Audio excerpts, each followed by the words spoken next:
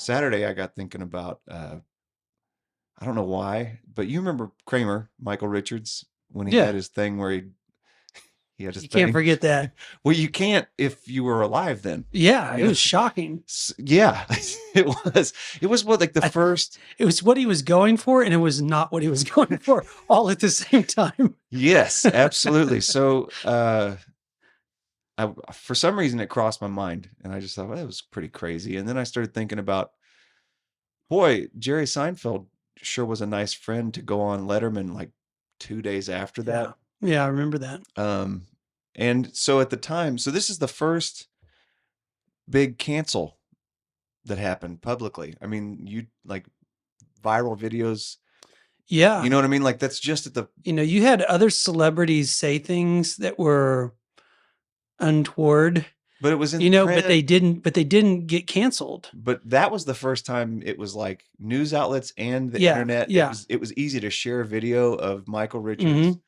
saying terrible things. YouTube. Yeah, you're right. And if you're gonna like if you need any screenplay ideas and you're thinking of like worst thing to happen to somebody, beloved star that's like very benign and like Everybody loved him. who doesn't love Everybody loved Kramer? Kramer. Yeah. So for him to like be on video, and it's not even like it slips one time, it got misconstrued. It's pretty obvious. He Yeah. did. So So for the audience, we're tracking now. We'll just pick okay, up somewhere in good. here. Yeah. But for the audience, if you don't know what happened, you can look up Michael Kramer stand-up meltdown. Michael Richards Michael Richards plays Kramer. Yeah. plays Kramer, and he basically goes on an insane racist rant, yelling at some black folks in the Yeah. audience, and it's like a borderline where it starts out where it's like he's being heckled, but he just goes like 0 to like 60, like Mhm. like it, and there's no way it gets ugly so fast that you're like, that's a crazy racist guy. I don't know how else you look at that. I hesitate to say that I like can sympathize with him, because what I mean by that is not like you should just definitely go throwing inwards at people and commit to it. But what I mean is, have you ever been on like I've done this on stage where I think the crowd is with me and I make a comment and just didn't read the room right. Yeah. You have two choices, and I think the correct choice almost every time, unless you're at the Laugh Factory and you call people the N-word. But like I made a misstep. One time I made a misstep recently where I made fun of Nickelback in front of a casino crowd that loves Nickelback. Yes. Nickelback. And I just thought, okay, my bad. I forgot you guys don't have good taste in music. But I had no choice but to lean into it. Yes, always lean into it. Unless you're using a racial slur, Exactly. don't lean into it. So I thought, he's Kramer. His default for comedy is like full tilt, lean into it more. Yeah. And eventually it will work. And I think that's what his instincts told him to do. And I think he thought, like a lot of comedians will do, I'll get half of the room to come with me on this. And he just made the wrong call. And it could be, not arguing for Michael Richards, yeah, but him saying like, it could be that he's so not racist, yeah, that he considered it so absurd, right, to use that language, that he thought, oh, they'll understand I'm being absurd, right, Yeah. I don't think that's what was happening in the video, but no. But I'm just saying, like, maybe back in that artist mind, right, he was thinking, yeah, it's pretty absurd. Who would use that word? You know what I mean? Like yeah. Oh, well, I will, because I'm the guy that pushes the envelope. That's live by the sword, die by the sword as a comedian. Yeah. They say a lot of risky things. The ones that we see work out, it's a home run. But you can strike out as well. I'm like you, like treading lightly. Like, I'm not condoning the language. I'm just saying I understand what it's like to be in front of people, make a misstep, and then like a referee in a big game, you can't walk it back. You have to stick with the call that you made in the play. Otherwise, you're not the referee. You're not the stand-up. You're not the entertainer. So that had my mind going. But then I got to thinking about like what a great friend Jerry Seinfeld is. Yeah. To go on Letterman at the time, which was... And nobody else did. Exactly. Nobody Yeah. else. He was one of the biggest stars on the planet, Yeah. and nobody came out to say like, "Hey, let's show some Cut him a grace. break. Let's Yeah. like not be, Mhm. he's feels awful."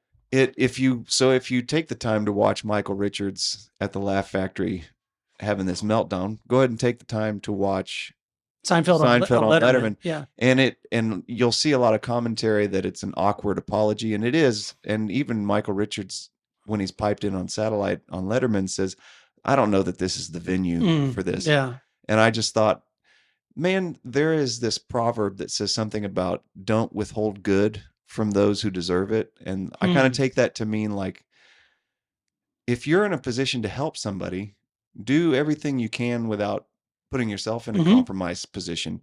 Seinfeld had all of this credibility, had all of this cachet as a celebrity, and he did everything he could to help his friend, to just say, "Hey guys, I'm not condoning what he said. I just want you to give him the benefit of the doubt, because I can tell you, as somebody that worked closely with him for 10 years, he really isn't that guy. He made a bad call. He's willing to apologize and tell you he made a bad call."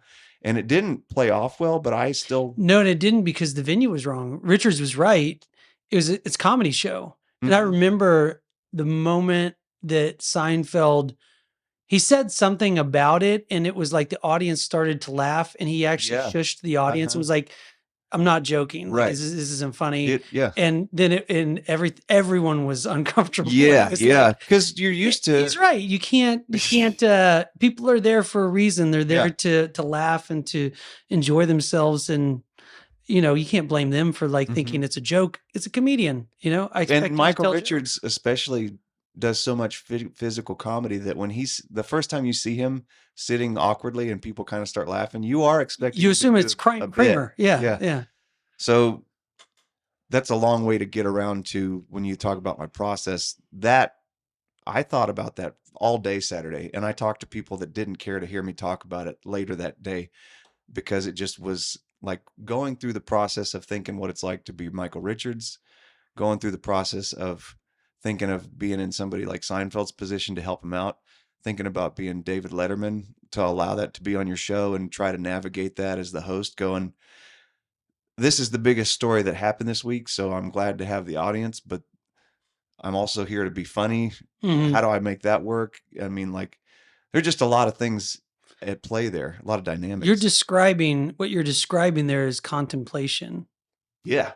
I have a friend who's a nun, and she is going to a convent in Italy. I heard from a friend of a friend, she's going there. And so I haven't spoken to her, so I don't know much about it, but they were telling me like, yeah, and it's a silent convent, so that they can't speak at all when they're there. And all they do is contemplate. And I was like, that's pretty, especially because I was thinking about my process and all this. I thought, I bet you think of a lot of things that you never would have thought of before. Like you kind of think like, well, God, that seems like a waste of time. You're just going somewhere to do nothing for like months. And then you think it's incredibly useful. Yeah, actually, maybe you go there for months to do nothing. And in the last 5 minutes of you being there, you think of something that absolutely transforms your entire life. And then you go, well, okay, that's the point of it. Yeah, that I'd already been thinking about that. Do not withhold good, like as an idea. But Seinfeld going on Letterman, trying to help his friend, even if you could make an argument that it wasn't wholly successful. A lot of people thought that was a fail. I thought, doesn't matter. No, I mean, you're right. like, that's what it looks like to do your best. That was the right thing to do. Yeah, 100%. So yeah, contemplation. Contemplation. I like that a lot. Maybe that's your dad hack for the day, is that take time to contemplate and be intentional about whatever your process is. You gotta do it. Like there's gotta be time to stop and think and reflect. Yeah. My wife's really good about it. Jocko says up before the enemy, my mom was great about being up long before I was out of bed. And I'm finding it's really useful to be up. Very best is to be up, dressed, and like have had 30, 45 minutes to contemplate and just sit still when your kids walk out sleepy. Like you really got the jump on the whole situation. and you don't feel behind the 8 ball. So it's good Good to advice. hack. Yeah. Good dad hack. Okay. Welcome to the Conspiracy Dad podcast. We are happy to be here and so excited for all of you to join us on this journey into Laurel Canyon. So we are revisiting one of our favorite people, the late, great Mr. Dave McGowan. Yeah. And so if you don't recall, Dave definitely beyond the shadow of a doubt proved that we did not land on the moon. I feel pretty confident of that. I made a new friend list this week that very quickly, like our conversation was something like blah, blah, blah, conspiracy theories. And then the other guy just blurted out, I don't even think we landed on the moon. I was like, no, we did not land on the moon. I mean, anyone that I talk to about it, when it comes up, I just kind of go, well, do you know who Dave McGowan is? And if they say no, I just say, well, you don't know what you're talking about. So you should go read Dave McGowan's work, and you'll agree with me that we probably didn't land on the moon. I can say as a convert specifically on that topic, like as soon as I found out, I've heard you make the comment about Jim Morrison as a CIA. Yeah. Like now you understand. That's a real like Cliff Note version of hearing you say that, but I've not really spent a lot of time thinking about it. And then I got into it a little bit and found this book by Dave McGowan, and I thought, oh no, I am like done for. And yeah, here we are 3 days later. Maybe we are just too stupid to see through Dave's logic and facts and reason. But it's a weird thing because most of the people that will call you a kook and a conspiracy theorist, they've never researched it. They don't know what you're talking about. Like I feel confident if you looked into his research, you would come away with me and say, you're right. It seems like things aren't what they appear to be. He early in the book, you've said before about like, well, if he's not an expert, who's an expert? When we talk about other conspiracy type subject matter and we talk about specialists and things. Somewhere early in the book, sorry, to say what the book is. Title. It's called Weird Scenes Inside the Canyon. And so it's a book by Dave McGowan. I will put a link in the show notes. I found a free PDF you can download of the whole book. Well, I know that he died of lung cancer probably about 10 years ago, maybe a little less. And his daughter runs 2 websites that kind of continue his work into the world. The one is the Center for Informed America, I believe. That's where I got all that. Yeah. And then the other one is just, I think, a Facebook page that is the title of that book, which is, say it again. It was Weird Scenes in the Canyon. Inside the Canyon on Facebook. And so I think that a lot of his work, because he's dead, she's just like, I mean, all they care about is they want people to know we didn't land on the moon. Right. Yeah. Like, here you go. Here's his research. Yeah. All they want to know is that, Jim Morrison was working for the CIA. Yeah. So they put it out there. And I don't think there's a lot of, that's kind of what I like about him. There's no financial interest. No. He's dead. Yeah. He's not taking when he was alive, he didn't make a lot of money off this. And now that he's dead, nobody's making money off this.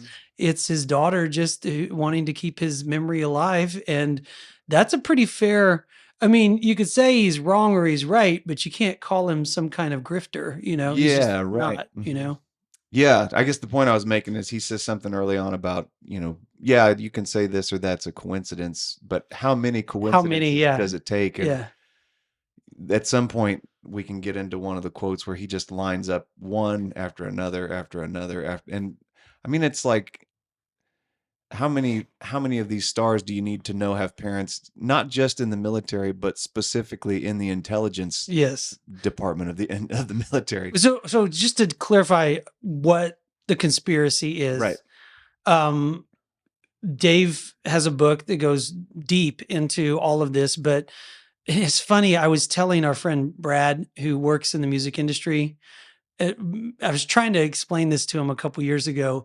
and he would have none of it. He's like, give Talking me about a break. Gaines, Brad? Yes, Okay. about like that basically that the CIA really probably orchestrated the hippie movement. Like they created the hippie movement and they used it as a controlled opposition during the Vietnam War and during the anti-war movements. So you have all of these huge stars coming out of this very specific place, Laurel Canyon in California.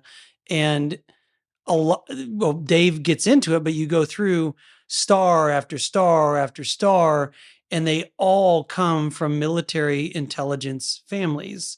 And that's his point by saying, like, well, yes, you know, it could be a coincidence that Jim Morrison's dad started the Vietnam War, and then he went on to be the idol of the anti-war movement, you go, but like you add that into like 30, 40 other of the biggest stars on the planet, all coming from military intelligence backgrounds. At what point do you think seems like they're picking kids from military intelligence families and then pushing them into pop culture to control a narrative or even to control like I think one of the examples who was the speaker during the hippie movement in the 60s? It was really vulgar. I can't remember his name. Abbie Hoffman. Yeah, Abbie Hoffman. Like, how do you get a bunch of angry, organized, anti-war people to just basically lose their steam and become useless? Well, you introduce LSD and other drugs, vice. You push vice on them. And he hated the hippie movement. I'm so glad you brought that up. He's one of these guys who's seriously anti-war and blah, blah, blah. And he hated the hippies because they were dirty. They were drugged out of their minds. They made the entire anti-war movement look like a joke. And I guess that would be would you agree that's kind of the premise of McGowan's theory is that like, yeah, they created it as a controlled opposition that they could then use to discredit the anti-war movement. Yeah, that's a really good summary of kind of the thesis of the book. And McGowan's position is you had some intelligent, organized people saying, guys, I don't know if we should even be over there in the Deep East. Let's like make some rallies and stuff. And it's not unusual in the protest world, not just in the 60s and 70s, but even current day protests for different reasons. You hear a lot of times like the organizers saying, geez, we went out there, everything was going really well, felt like we were making some progress. And then of course there was this pocket of people that went nuts and lit a car. January Sixers. Yeah, that sort of thing. And I've heard it on both sides. An organizer in an interview will say, we were having a good event and it really was going well. And then there was this crazy pocket of people. So yeah, you're right. There's a quote here in the book that says, some on the left even theorized that the hippies were the end result of a plot by the CIA to neutralize the anti-war movement with LSD, turning potential protesters into self-absorbed navel gazers. An exasperated Abbie Hoffman once described the scene as he remembered it thusly. There were all these activists, Berkeley radicals, White Panthers, all trying to stop the war and change things for the better. And then we got flooded with all these like flower children who were into drugs and sex. Where the hell did all the hippies come from? Yeah. Which is exactly what you said. I mean, you had an organized, deliberate acting person trying to make some change. And then these dirty hippies show up just laying around. St. Augustine, I think, maybe it was Aquinas, but a man serves as many masters as he has vices. And that's a thing that like, you got to remember, if Augustine knew it, the CIA knows it too. And it's like, how do you get people divided and distracted? It's like, it's easy. The devil figured this out long ago. It's not even hard. Sex, drugs, rock and roll, whatever. Yeah. And you'll forget all about those people dying across the ocean. Now, I was curious what your thoughts were on this. Like we could start with Jim Morrison. He's an Navy admiral's son. His dad is over the fleet that was on duty during the Gulf of Tonkin incident. incident. Yeah. McGowan's, he's making the point that Morrison's dad, put the whole thing together. Wikipedia dismisses that, but so there are people saying, well, he wasn't really that closely related. He was over the whole fleet. Mhm. He wasn't actually on the ship that reported attacks from North Vietnam. But regardless, that is Well, he was probably still the one who reported to Congress and to the right. president. Yeah, to if you're say, over the whole fleet, we've been fired on Yeah. by the North Vietnamese. yeah, And then they specifically used that. And the thing to remember now is back then we believed it, sure. but it didn't come out, I believe, until like the late 70s, early 80s, that wasn't true. Mhm. So now it's been admitted that that didn't happen, that Right. the North Vietnamese never fired on us, and we never should have gone to war in Mhm. Vietnam. I went back in my Vietnam book by Max Hastings, I think is the name of the author. And just listened to the chapter on the Gulf of Tonkin today. And really short cliff note version of that is like we had been over there with quote unquote advisors for a little bit of time. And it was one of those where Kennedy's been assassinated. Johnson's in a position where he doesn't want to look weak. And, like in the Westerns where it's like time for the guys to draw on each other and they're getting real jumpy. Mhm. We just jumped a little fast and pulled the trigger too early. And turns out that the North Vietnamese didn't actually pull their gun. And so we kind of had to go back and go, yeah, they did. Yeah, they did. Yep. So you're right. It's not just conspiracy theory that the Gulf of Tonkin was a miscommunication. It was, it came out later that, we should have not engaged. Well, and I guess that's why it's important to know that like now it is a fact. It's Right. not like Yeah. we're, maybe, Admiral Morrison did this, him and, whoever else was involved, that was the spark that started the war. Right. And we were in the wrong. We should not have done that. Yeah. So to what degree he was involved, that can be debated. But he was involved. And then his son went on to be Jim Morrison that we know of. So I guess my question is, do you think that Jim Morrison and some of these others that we're going to have, go over, was the idea is the idea that Jim Morrison comes in as like a CIA agent and deliberately makes moves as a rock star? Or do you think that, like, when I think about my son in a few years, when he's the age that Jim Morrison would have been, like late teens, early 20s, I tell my son, Jim, hey, I got a fun job for you, son. I'm going to move you to Southern California and I want you to make some friends. Actually, some of my work buddies have some other friends that want to start a band. Why don't you start a band with them? You guys do whatever you want. I mean, how much direction do you think these parents were giving the kids, I think a lot. Okay. I think that's specifically with Morrison. I think if you study his childhood and I mean, how many people, I'm not saying it's out of the realm of possibility, but how many people are military based, like spent his whole life on military bases. So his educational background is full steam ahead military. He should have followed in his dad's footsteps to be an admiral or some high ranking military officer. And then just almost immediately turns and goes and becomes a huge rock star who isn't actually a musician. Doesn't actually play music. Yeah. And actually isn't even that into music, but finds himself the, leader of the biggest band in the world. And yeah, I think that, and also like, if you look at his life, he clearly goes through phases where it's almost like he's reinventing himself several times. That looks like an actor to me. That looks like somebody who's been trained to like, okay, son, maybe he went to Langley and everything. And they said, well, we need somebody to be a rock star because rock and roll is the latest, trend that's going to connect with the youth culture of America. And he's like, well, I'm a decent singer. Okay, well, grow your hair out, go out to Laurel Canyon, talk to Frank Zappa, and we'll get you hooked up to become the next big rock star. And all the while, I think him, if anybody on that list was taking marching orders from someone, it looks like him because he was just not, his whole trajectory to fame seems so inorganic. It just seems like they just like dropped him there.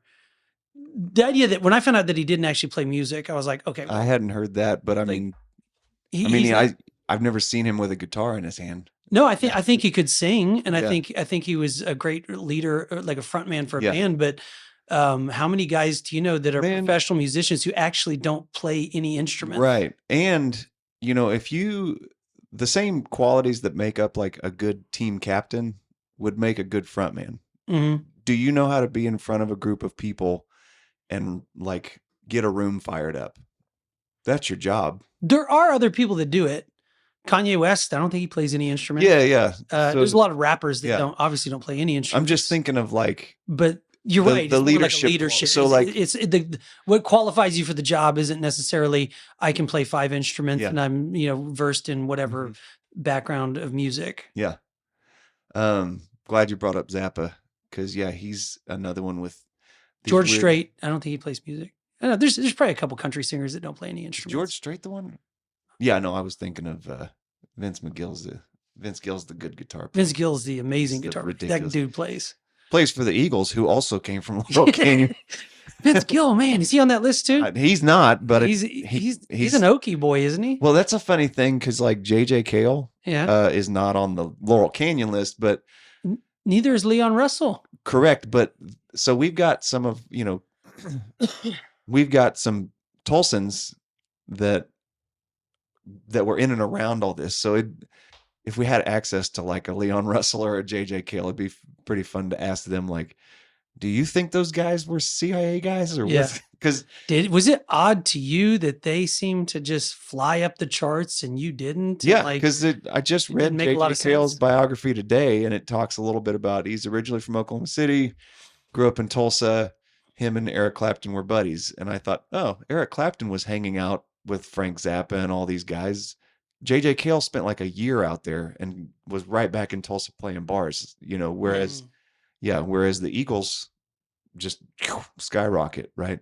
Well, and I think that's who knows how the mechanism works or how this all happened, but I think the idea is that a lot of these people might also be useful idiots. So when you ask like who is taking orders from someone, I would say probably most of these people, most of them not, you know what I mean? Like, is probably more like coming from a label. Mm-hmm. And so your label or your manager might tell you, hey, we kind of want to push this idea or this, you know what I mean? Like, but you're not sitting down with the CIA to take a call and say, we need you to write a song about X, Y, and Z. And, you need to change your hairstyle.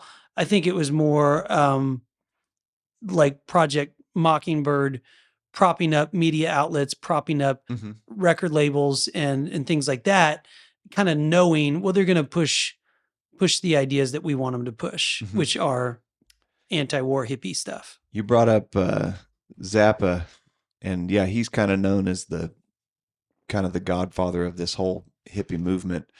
I didn't know this before reading this book, but Laurel Canyon there near Hollywood was not really, it wasn't a music scene. So it's not like present day where you go, well, I really think Nashville, I'm going to go to Austin. I'm going to go to Nashville. Village, It's not like, well, that's where it's all happening. I'm going to go and see if I can make something happen there.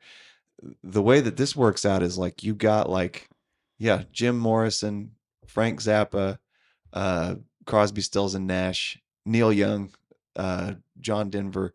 They all show up at Laurel Canyon inside of like 12 months of each other. Wow. And again, that's great. But there was like, even like there's a quote from Neil Young, like, why did you go there? And a lot of these guys that I just listed, they're kind of like, well, it just seemed like a play. I don't know. We were just drawn there, man. And that's weird. You guys all decided in the same 12 months that you should just go to this place. And then you guys all just launched these amazing careers out of this one town that had nothing to do with music. There's no industry. There's no clubs there. There's no studios to There record. are now, but when they went out there, the clubs came because of what happened there, not because it existed. And so, And that could get, well, that's another important part of the book is, I forget the guy named Vito something, like Hmm. where exactly the hippie movement originated from had to do with the Byrds, Right. right? Yeah. And then a specific group of like, it was like a fashion, like a club, like it was a group of people. It was girls dancing and people Yeah. dressing, and they could trace it back to this one shop where it's like the style, the flowers, a lot of what went on to become like mainstream culture. That's where it started, and it had to do with and it looks really orchestrated because even the Byrds, they were not like they weren't good musicians. They weren't Yeah. like people weren't going to their shows to see the band. They didn't know who the band was. They didn't care Yeah. who the band Right. was. It was a freak show Hmm. of almost like a circus of all these other people dressing strange and dancing Yep. strange and acting strange, and they were being like really used to draw people in and create a movement. Hmm. And now maybe that happened in a vacuum and it just, I don't know, just happened, but that's what his idea is. Like it seems really orchestrated because the clubs and then how the careers kind of built off that, it just seems like it wasn't organic. Right. Yeah. This chapter's the Vito and his Freakers. That's kind of the name That's right. they're Yeah. going for at the beginning. And you're right. The idea in that part of the book is that, yeah, the the bands live were not all that great, and that's like by the admission of the musicians in the Hmm. band. And this is where, like, for those of you that are music nerds, this is where like the famous Wrecking Crew comes into play. Hmm. Carol Kay and all these other musicians that they played on all of these albums, and so the recordings are great. Um, but it's all the same. That's not the This band though. Yeah. so and then sound systems being what they are in the 60s, and if it's just about it being a party scene, you're not really noticing if the live sound is that great, because like just to your point, it's you're really going to be seen at the Whiskey A Go Go, and you're also going to watch these Vito and his Freakers dance around. And really, the clubs are counting on Vito to bring these girls to get the party going. It's no different from today. It's If the exactly, band yeah. brings hot girls, you hire the band. Yes. Yeah. Well, and also, yes, people didn't care so much that the band kind of sucked because there's hot girls dancing Yeah. around and Right. getting the party going. Mhm. So that's what I mean by like it looked orchestrated. Like, we got to, we need to create this, get this music out there, but we don't exactly have the greatest musicians. Well, it doesn't really matter. Right. Yeah. Throw these crazy hippies in there, but Mhm. that quickly turned into attracting. Well, I mean, I think there were people involved with it. One of the key figures is Charles Manson. Mhm. Gets deeply Yeah. involved in this, and there's a lot of things that indicate that he might have been a CIA asset that MK Ultra. That he was some sort of, I mean, his life, you could go into it if you want to. It's very dark. I don't know if I even want to talk about it, but like there's been a lot of books written on his life and what it was like, but it doesn't seem could he have been MK Ultra? Absolutely. And maybe MK Ultra wasn't supposed to go crazy and murder a bunch of people. Right. You know what I Yeah. mean? But we got to remember that the CIA didn't it's not like they tested LSD on Right. rats before they before they released it to the public. This was all covert operations, and they didn't exactly I don't know if people exactly knew what was going to happen, Sure. and Yeah. it might be that Charles Manson was positioned being friends with Neil Young and all these people. He was rubbing shoulders with all these Mhm. people, and Yeah. he was supposed to be a huge rock star. Like he He was going he to be. auditioned for I can't remember if it was the Birds, but I mean, like, Yeah, it was the Birds. so yeah, this line in the book here is Charlie and his family weren't just a peripheral flock of crazed killers among the Laurel Canyon sovereigns. To the contrary, the family mingled with many of the canyon's rock stars. So this section of the book is going on, and it goes into more detail about like, no, we're not kidding. We're talking about like the Beach Boys were hanging out with Charles Yeah. Manson and the family. Like, and Yeah, their little commune wasn't far from Laurel Canyon. I mean, he was in the front yard playing music with the guys from the Monkees, so And there's some other serial killer who's out of prison now who plays music. it's not Phil Spector, is it? No, gosh, I'll think of it in a second. No, it's not a serial killer. It's a guy who shot Reagan. Hmm. Is that who it is? I think. I have to look that up. But his music is terrible. But I mean, it's with Charles Manson specifically. I mean, his music's pretty bad too. People make jokes about his music, but you go, well, yeah. And I'm not taking up for Charles Manson and Michael Richards in the same episode. I'm just saying, some of these other bands, they had producers, they had songwriters. So, Well, go through the list of like, okay, that'd be the next cool thing. Like, go through. This is McGowan's point about how many coincidences do you have before you start to think right.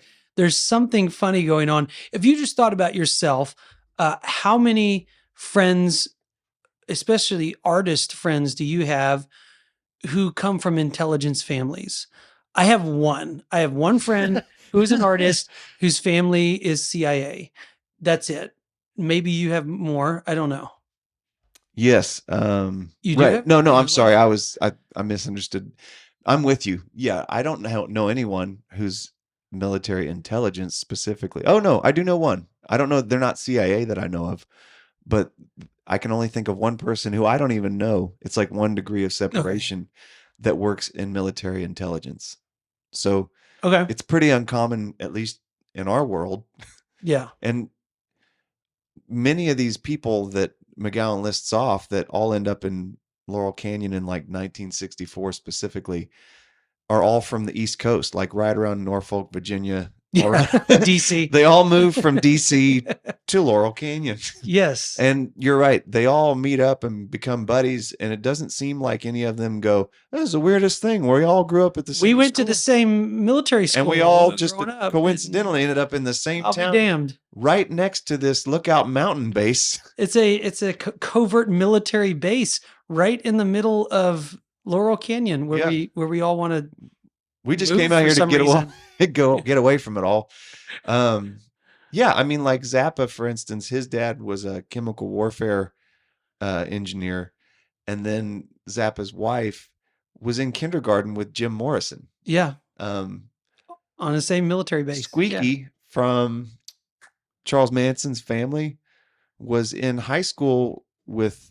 Oh, I'm jumping ahead. I want to get into Phil Hartman and actors. Oh, I don't think we have time for all we that. don't have time for that. But I'm just saying the amount of connections of people with, to your point, I know of one person I can think of that I don't even know personally that's in military intelligence. Mm-hmm. You just mentioned one person that you know. I can barely name 10 people I know that are in the military, let alone a specific faction of it, right? And now here you go. Here are these people that are unique in the fact that they all moved to Laurel Canyon just in the last 12 months. They're all exceptionally talented and their careers all take off at the same time. And none of them seem to like think it's a strange coincidence that they all came from the same other side of the country and that their parents all come from like, they're all naval officers, intelligence operatives. And then, yeah, like not just, it'd be different if you go, well, yeah, my dad was in the army too. Cause this is all a generation that after World War II. Exactly. Yeah, so like baby boomers, that's what I started thinking at the beginning of the book. Like, well, how uncommon or how common was it for everybody to have military parents? Probably very common. But that would be like more like my buddy's dad. He was more like a logistics guy. Yeah. He delivered. Or even he was just in the war, but he's got like a career military, also career military intelligence. Yeah. Not just Uncle Frank served in the war, Yeah, I mean, you got guys like David Crosby. McGowan goes into some detail about like the bloodline of David Crosby that goes back to like the founders of the country. So it's not even just military high-ranking officials, but also like founding father type bloodlines that it goes back to for some of these people. So let's do a list. Okay. Okay. So obviously Jim Morrison, Dave Crosby, deep military intelligence Mhm. family. Wasn't Janis Joplin also military intelligence? Her dad was a CEO for like Citgo, Oh, not CEO, but he was like a higher up. but Jimi Hendrix was military. He was in Yeah, the let's talk military. Jimi Yeah. Hendrix for a second, because when you mentioned that, I knew he had spent some time in the military, but I just He's in, and he is not the real interesting part of it. It's his manager. well, So like he was in the military, but his manager was a really shady guy who bragged about being in the CIA, which is weird that you'd say yes, you're managing a rock star and you're an intelligence officer for the CIA. I mean, he admitted it. right. Yeah, let's see. I'm looking for. And I think that's where a lot of this happens. It's again, I think it'd be weird if these people are sitting down with an intelligence person to like tell them what to say and do. I think it happens with managers and agents and record labels, and it's an influence from the top down Mhm. that's it's more subtle than that. But Yeah, like if your manager, if Jimi Hendrix manager was actually working for the CIA for whatever reason, you're never going to notice no one knows the right. manager. Tell Sure. me your favorite rock star, and I could ask you who's their manager and where are they from, what do they do? You'll have no idea. I just was thinking like I play in a band that has a manager, and I think we just changed managers, and I don't know who that is. Like, But how much of the work that you end up doing yeah, is the manager and has the something to manager do with calls it. all the shots. Yeah. You're just showing up and doing the gig. You don't know Mhm. what's going on. He could have a total agenda, and you wouldn't. Jimi That's Hendrix why would have no bands idea. want to have a manager. Yes. So they don't have to do things like that, like make decisions. Um, I'm looking for Hendrix's manager, but I came across just Hendrix's time in the military in the meantime.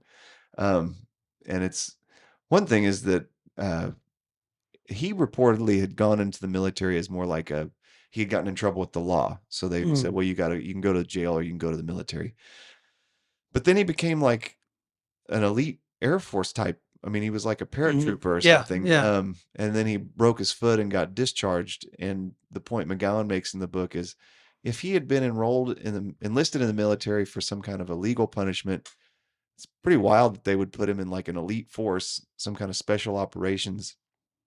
And if he did injure his foot, but he was still like serving time, um, it seems like they would put him in like an admin role. Yeah, Or, it sounds like a backstory they gave him to right. make him Yeah. seem cool, like a Yeah. rebel. Yeah. He Exactly. was in the military, but he wasn't down with that. Yeah. He you wasn't know, exactly. he Yeah. was only doing it because they had to. Let's see if I can find his manager. But he's not the only. You're right.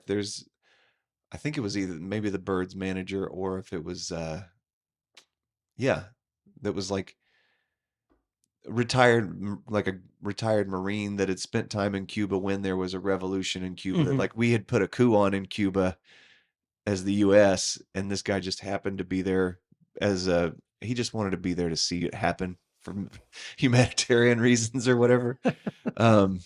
He's Yeah. vacationing. Yeah. Yeah. I mean, like, again, hopefully this conversation is not coming off too frenetic. But it's just because the amount of examples that McGowan cites are just one after another. Yeah, I mean, if you get his book, I mean, there's probably 30 plus people that are huge rock stars of the time that all come from military families and military intelligence backgrounds. It's not just that's like really unusual. But to make a point of like how many coincidences does it take? The amount of deaths by like fall in the shower on a bullet. Jimi Hendrix, and I mean, lots of them dying, and the amount of suicides connected to it, both these stars and their families. So yeah, right. A lot of slipping in the shower and landing on the bullet. The statistic in America is like, if you're a white person in America, your chances of being murdered or something like I think it was 1 in 450,000. I mean, it's pretty slim. But if you were living in Laurel Canyon between 1964 to 1968. It was like, Scales up a bit. it's like 1 in 4. I mean, Oh God. yeah, I mean, people were just dying like crazy. And you could say the argument against that, I think, could be like, well, yeah, they were also doing a lot of Sure, drugs. yeah. I mean, it was a wild, and there was like, for some weird reason, the other thing that was weird was none of these people were getting drafted. Right. None of these people Yeah, were getting yeah. arrested for. Mhm. I mean, whether you agree or disagree, the drug charges, there were strict drug laws at the time, and no, they were all openly using drugs. Nobody's getting arrested Yeah. for it. And also, there's the draft on, and no one's getting drafted. And you would think if you're the establishment and there's all these anti-war movement people coming up who are a thorn in your side, you could very easily just draft them all to the front lines. Like you could, Totally. if Yeah, you, like if you, Elvis went to yeah, war. like if you were the CIA That's why he's and the you king. had and you wanted to get rid of Jimi Hendrix or whoever, pick your whoever it might be, it's not like it would be hard to do. Yeah. You could get them on Especially- drug charges. You could walk in any minute. You could walk into their house and you could arrest them. If we could pull this Gulf of Tonkin stunt and just make the war happen, it seems pretty plausible that, yeah, hey, this David Crosby's getting a little mouthy. Why don't we just go ahead and put him in the service? And if he doesn't want to go, we'll just put him in jail, right? Yeah, if you get the book or you listen to it, chapter 3 opens with just a laundry list of all of these people that are like kind of what we've been listing off, but I mean, goes into detail for everybody of how they got there, and they all die. And like you said, fall and slip on a bullet. Now, yes, there were a lot of drugs involved, but I mean, one of the deaths that the first one that came to mind when you go, well, there were a lot of drugs and substance abuse. Keith Moon's one that I kind of just readily accepted as like, well, he just drank himself to death. I mean, he was like widely known that he was a big partier. But his was one where the medication he was on was for alcohol withdrawal, but like, no, there was somebody else that had had a morphine overdose, but they were in a home, like where they would not have had access to morphine. It would have been like monitored to the point where they couldn't have overdosed on morphine. But again, Keith Moon was one that I forget the specifics of, but it wasn't an alcohol overdose like they reported. It was actually like, God, man, I'm sorry, I'm forgetting it. But no, I don't know. But my point is, some of these, like another one in here was a guy that committed suicide, quote unquote. But the weird thing was, after he had shot himself, he beat himself to death and poured gasoline on himself. And he had some matches sitting next to him, almost like as if somebody else might have beat him up and then, lit him on fire. Was gonna light him on fire, but they got ran off. There are a lot of like suspicious suicide, quote unquote suicides, or like you said, family members where I forget who it was now, but there was a case where one of the celebrities' families, it was a mother and the son, both a lot of Vince Fosters out there. They both committed suicide on the same day in the same house by chance. Like, but that was another weird point too, was the day that Jim Morrison died is the same day that they decommissioned his dad's ship. I just read about that. That started the incident, and it was like, I mean, it could be a coincidence, but it's also like, that's weird that would happen on the same day. A lot of these deaths happen on October 12th, which is, I think, is Aleister Crowley's birthday. It goes back to Satan. Yeah. So just to pivot a little bit, the reason we thought this would be interesting to do is because this Sunday is the Super Bowl, and we couldn't help but notice that it looks like, at least from a capitalist perspective, that a certain football franchise has really used the celebrity cachet of Taylor Swift to make a lot more money, which nothing wrong with that. I think you were saying it was like $350 million of additional revenue has gone into the Chiefs program because of Taylor Swift just going to games. Either the Chiefs specifically or just the NFL in general is saying indirectly so then the NFL would be in a position where they're like, we kind of really want the Chiefs to play. Why? Because she's going to the game and we're all making a lot more money. Yeah. And, that's a very clear way. Like, you don't have to be smart to figure that equation out and just go, okay, if it reminds me of when is Lil Wayne. I think it was Lil Wayne in Oklahoma City at some point. It was about 10 years ago. He was going to a Thunder game. Uh-huh. And I don't know if you remember this story, but Mm-mm. he went to go and he didn't have a ticket. Like he's just used to just letting him in. And the security guard wouldn't let him in and said, "You don't have a ticket. You can't come in." And he was like, uh, I bring money to the stadium. Like people come here because I'm here. And I could just picture some like really butch redneck Hey, I don't lady know who you being think like, you are, Chief. "I know you think you are a little Without- Wayne or little John or whoever you are. Without a You ticket. ain't got a ticket. You ain't coming through That's this right. line." Yeah. And he got all upset and was like, "Kevin Durant invited me personally, blah, blah, blah." And it's like, yeah, not in Oklahoma. What's that Wayne's World where he says Yeah. a lot of people's girlfriends are in there? Yeah, I'm glad you brought that up because on the surface, the first time I heard something about, well, actually, the NFL theory, like you said, that one made a lot of sense to me. Yeah. Like I was kind of like, oh, of course they want Taylor Swift to, but then not long after that, I heard like rumblings. The simulation was serving up Yeah. things for me to hear, where it was, well, the conservatives are really concerned that the Democrats are going to get her, endorsement, and that's going to be really good for Biden's campaign. And man, then, well, but if they can maybe get her to endorse the side on the right, and It does make a difference. Like I Sure, had a yeah. conversation the other day with someone who works for a marketing agency that represents Phil Robertson with the Duck Dynasty. okay, And she was telling me about the influence that he had on Trump's election.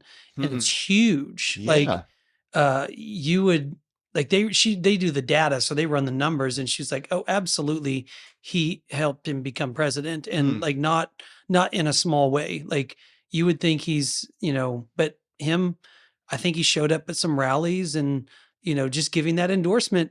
You're talking about hundreds of millions of votes of people that honestly they're pretty influenced by him. You think about when Rogan has somebody on his podcast, and like a Lazar, for instance, I think is one that a lot of people would have been like, "Oh, what a kook," and then people after he's on Rogan, people go, "Well, I mean, Rogan talked to him," and then all of a sudden, like, He also talks to Eddie Bravo, but well, that's a really good point. Yeah. and I like Eddie. Eddie, if you ever happen to hear this, I love Eddie Bravo, but you think the earth is flat, so I don't. Yeah, before I think that was, when we were talking about topics, I noticed we'd threatened to do flat earth a couple of times, but then this Taylor Swift thing really got But we me. should do that next. Okay. Yeah, I'd like to I think this is a good stopping point as far as like if Well, this has not w- piqued your interest. Before we stop though, the point I was going to make is Oh, I'm that sorry, yeah. it looks like what was happening in Laurel Canyon, the reason was because that was the pop, like music and as a medium, like that's where it was at. Like Mhm. that's what was relevant to pop culture and to people. And so why would the CIA or any agency, focus in on that or try to use that to their advantage? Well, it's because it was relevant. And I believe that's changed now. I think there's probably is still some of that going on, but obviously with the advent of the internet Yeah. and where we are today, you conspiracy dads out there, you should think about, well, where Right. would they be? YouTube influencers today? Definitely. I Yeah. mean, internet is a military operation. So there's a lot of influence going on. I think that it also shifted to corporations. I think that a lot of these companies like Oh, Elon man. Musk, Yeah. like, Mark Zuckerberg, they're absolutely, even if they're unaware of it, Mhm. like you can't look at someone like Musk and say, well, oh, he just built his empire on his own. No, the people that make a lot of money and are really successful, they're almost always deeply connected to government contracts, government work. I mean, Musk is who he is because the federal government backed his companies in a lot of ways, in more than one way, both through NASA and through Tesla. And I'm not saying that's a criticism. I'm just saying that like you don't think that comes with some sort of caveat, like like, hey, Yeah. we're gonna give you, we're gonna prop you up, but also we might need to talk from time to time. Mhm. I think it'd be foolish to think that they don't. I mean, Zuckerberg, that guy just looks like a CIA, like a spook. Like he doesn't look he doesn't look organic. He doesn't look like. I mean, I think if you think about how the amount of money and the way they just skyrocket, I just think if you were working a job where the federal government could influence, whatever in some small way, you would see right away how it makes a huge difference. Sure. Say you get like, half your contracts are federal or something like that. You go, wow, it's a lot of money. It doesn't take much. Yeah. Yeah. I mean, you see it on a much smaller scale just with small businesses. Mm-hmm. Whoever the big client is, like for instance, when I worked in radio, whether it was the big car dealer or the big bar owner that was your biggest client, yeah, he had influence in the building. So you go, well, let's scale that up like 13,000x. Yeah. And say it's the federal government, and you're, like you said, your business is largely sustained by that. You don't think that you're not going to have a politician come to you and go, hey, remember last year when we bailed you out again? Going to need to turn in a favor from you. Yeah. Just makes sense. Well, Yeah. Anyway, that's a good stopping point for this one. Maybe we'll pick it up at the next one with, we might do a 2-part on this because you want to do Hollywood. Because there's more Hollywood that we can I get had into. no idea the extent to which, I mean, the Young Turks early in Hollywood, and then you get into a little bit later some of the, again, like Phil Hartman was one that I had no idea was on the radar for any of this, and there's a story about him in there. So, well, we'll pick it up with Hollywood on the next one, and then we'll try to get into Flat Earth. But thank you for listening to the Conspiracy Dad podcast. We appreciate everybody, and we'll see you next time.